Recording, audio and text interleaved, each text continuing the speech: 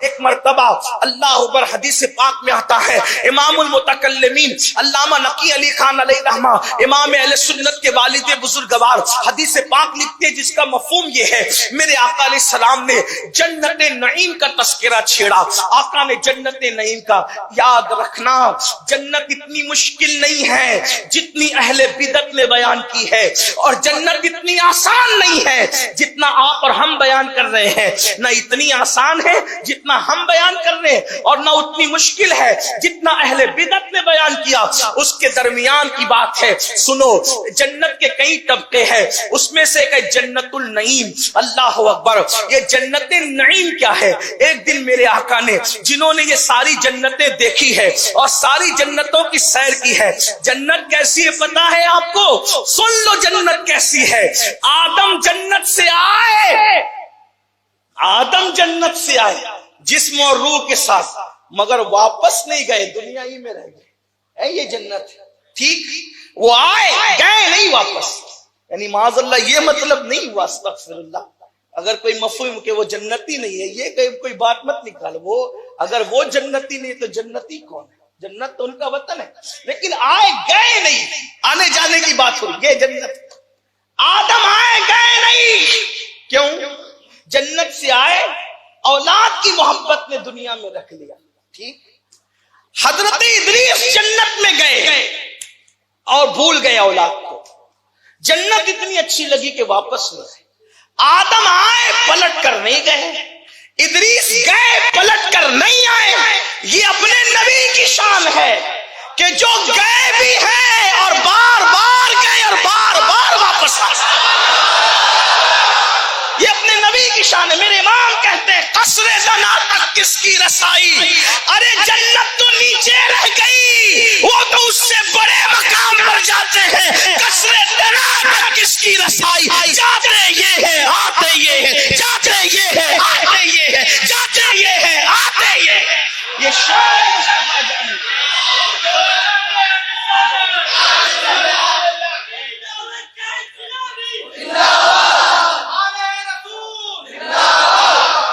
حسن جنت دیکھ کر ادریس واپس نہ آئے، لیکن میرے نبی امت سے پیار اتنا کرتے ہیں کہ حسن خالق کو دیکھ کر امت کی محبت میں نبی واپس تشریف لائے۔ امت سے پیار کتنا ہے، خدا کا حسن دیکھ کر پھر بھی واپس تشریف، وہ جنت کا حسن دیکھ کر وہیں رہ گئے، یہ خدا کا حسن دیکھ کر بھی واپس تشریف۔ امت سے پیار کتنا ہے، اللہ اکبر۔ مگر تو میرے آقا نے جنت نعیم کا تذکرہ کیا۔ جنت نعیم، اب جس نے خود دیکھا ہو وہ کیسے بیان کرے گا؟ بس میں نے تو نہیں دیکھا، اب میں نے کیا، کسی نے نہیں دیکھا۔ آقا فرماتے ہیں نہ تمہارے تصور میں آئے وہ نعمتیں، نہ کوئی آنکھ نے دیکھا، نہ کسی کان نے سنا، نہ کسی دماغ میں اس کا تصور آیا۔ حضور نے بس اتنا بتایا، اس کی نعمتیں ایسی ہے کہ حوروں نے جو کنگن پہن رکھا ہے، اگر وہ کنگن یوں کر دے تو پوری دنیا کے انسان چمک سے اس کی اندھے ہو جائے، برداشت نہ کر سکے۔ اس کی حور اگر اپنی پنڈلی سمجھتے ہیں نا بمبئی والوں، پنڈلی اگر کھول دے تو اللہ اکبر، دنیا کے انسان اس کی پنڈلی کی روشنی کی بنیاد پر اپنی عقل کھو دے، پاگل ہو جائے، دیوانے ہو جائے۔ اور اس میں ایک ایک جنتی کو اگر 70 لباس پہنائے جائیں گے، جیسے میں نے 2 پہن رکھے، ایک کرتا ہے اور نیچے اندر کے کپڑے، تو میرے کرتے نے اندر کے کپڑے کو چھپا رکھا ہے، صحیح ہے؟ دکھتا ہے؟ نہیں دکھتا نا، ہاں یہی شرافت بھی ہے، دکھنا بھی نہیں چاہیے، لیکن بہرحال کہ دکھ نہیں رہا ہے، صحیح۔ مگر جنت کے لباس کی خصوصیت یہ ہے کہ 70 لباس پہنائے جائیں گے اور 70 کے 70 نظر آئیں گے۔ کیسے نظر آئیں گے یہ دکھانے والا جانے۔ ایک اور بات، اگر کوئی آدمی کا جسم آپ کپڑے میں دیکھو تو خوبصورت لگتا ہے نا، لیکن اگر اس کو بغیر کپڑے کا دیکھیں تو گھن آتی، زیادہ تر یہی ہوتا ہے، صحیح ہے۔ لیکن جنت میں جو حوریں ہیں، جنت نعیم کی بات کر رہا ہوں، اور بھی جنتیں ہیں، اس میں ان کی چمڑی دکھے گی، ان کا گوشت بھی دکھے گا، ان کی ہڈی بھی دکھے گی، ہڈی کا گودا بھی دکھے گا، اور وہ اتنی خوبصورت لگ رہی ہوگی اتنی خوبصورت لگ رہی ہوگی کہ اللہ اکبر، انسان ان کا حسن دیکھ کر کے کہے گا کہ یہ جنت کی حوریں اتنی خوبصورت ہے، یہ جنت کی، ہم نے ایسا حسن تو نہ دیکھا ہے نہ سنا ہے۔ اب آپ اندازہ فرمائیں کہ جب حوریں اتنی خوبصورت ہے تو حوروں کا بنانے والا، اس کے حسن و جمال کا عالم کیا ہوگا۔ تو حضور علیہ السلام نے پھر وہاں کی نہر کا ذکر کیا۔ نہر میں جو کنارے ہیں مشک کے ہیں، نہروں کو بہنے کے لیے گڈھا چاہیے، لیکن جنت کی نہریں گڈھے میں نہیں بہتی، وہ زمین پہ بہتی ہے، اس کو گڈھا نہیں چاہیے، نہ ادھر پانی بڑھتا ہے نہ ادھر بڑھتا ہے، اعتدال میں بہتا ہے۔ اس کے پاس جو اینٹیں زبرجد کی ہے، یاقوت کی ہے، حضور نے خوب بیان کیا۔ اب میں کیا کہوں، میری اوقات اور حیثیت کیا ہے، ہم تو کچھ بھی بیان نہیں کر سکتے، کیونکہ جتنا سنا اس میں سے بھی کچھ سنا، کچھ یاد رہا، کچھ پڑھا، کچھ بھول گئے۔ لیکن جب یہ جنت کا نقشہ کھینچا، جنت نعیم کا، تو صحابہ کرام کے جذبات جوبنوں پر آئے۔ کسی نے عرض کی آقا یہ جنت نعیم ملے گی کس کو؟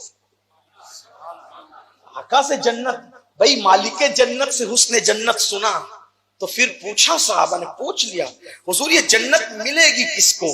آقا نے فرمایا مفت میں ملے گی، فری میں، فری میں کہہ رہا ہوں، مفت میں ملے گی، بے حساب ملے گی، کام ایک ہی کرنا ہے۔ کیا کرنا ہے؟ میرے آقا غیب دا نبی فرماتے ہیں کوئی خوبصورت عورت سامنے آ جائے، بندہ یہ سوچ کر اس کو نہ دیکھے کہ اللہ دیکھ رہا ہے۔ کوئی حسن و جمال سامنے آ جائے، خوبصورت عورت، اور بندہ یہ سوچ کے کہ اللہ دیکھ رہا ہے، بس نظر جھکائی، اللہ اس کے لیے بے حساب جنت نعیم میں جانا لکھ دیتا ہے۔ کتنی سستی ہے، وہ تو نہایت سستا سودا بیچ رہے ہیں جنت کا، ہم مفلس کیا مول چکائیں، اپنا ہاتھ ہی خالی ہے۔ اللہ اکبر، آنکھوں پہ کنٹرول کیا، تنہائی میں کوئی نہیں دیکھ رہا ہے، صرف اللہ دیکھ رہا ہے، اور اس تصور کے ساتھ نظریں جھک گئی۔ کہاں ہے وہ نوجوان جو یہ کہتے ہیں مولانا اگر اللہ اکبر زندگی میں لڑکی نہیں تو زندگی کا مزہ کیا، زندگی میں چکر مکر نہیں تو زندگی کا مزہ کیا، زندگی میں کنٹنگ نہیں تو زندگی کا مزہ کیا۔ ارے نادان، یہ زندگی چند لمحوں کی ہے، 4 دن کی چاندنی ہے، دیکھ اپنے نبی کو کتنے سستے میں تجھے بے حساب جنت دلا رہے ہیں۔ آنکھوں پہ کنٹرول کیا، اکیلے میں اللہ دیکھ رہا ہے، اور جس چیز کو رسول اللہ نے دیکھنے سے منع کیا ہے نظریں جھک گئی، بے حساب جنت کا پروانہ مل گیا۔ اسی پہ بس نہیں، میرے آقا یہاں تک فرماتے ہیں جو اکیلے میں ہو اور کوئی حسن اس کو دعوت نظارہ دے رہا ہو، اور ایسے عالم کے اندر اللہ دیکھ رہا ہے، اس تصور کے ساتھ وہ نظریں جھکا لے، اللہ اسی وقت 360 حوروں کے ساتھ اس کا نکاح فرما دے۔